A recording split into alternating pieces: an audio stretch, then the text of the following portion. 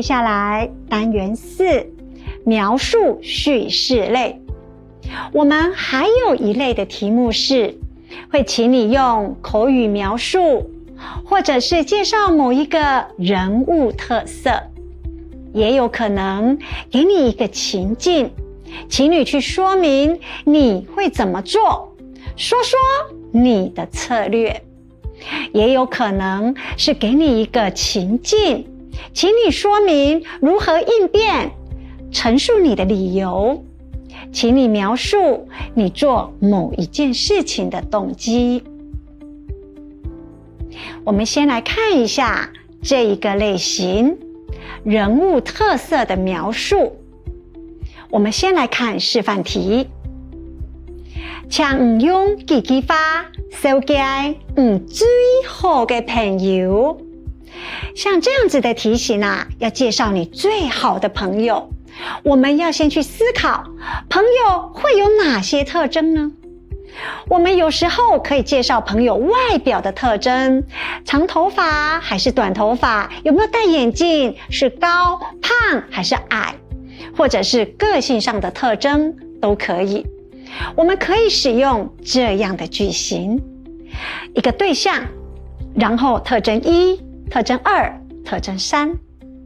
套用句型過後，我們就可以這樣回答。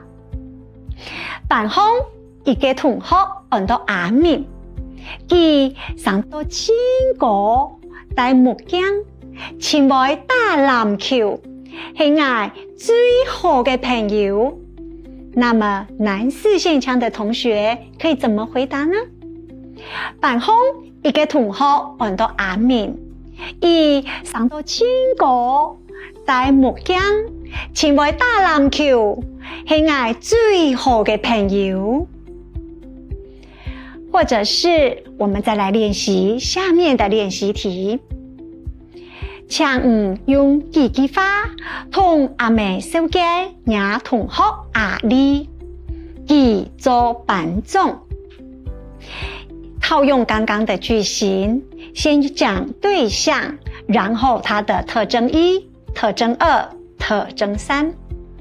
套用句型後，我們可以這樣回答：阿麗係我班嘅班長，佢頭腦冇清楚，做事情當認真，係我哋班上最好嘅朋友。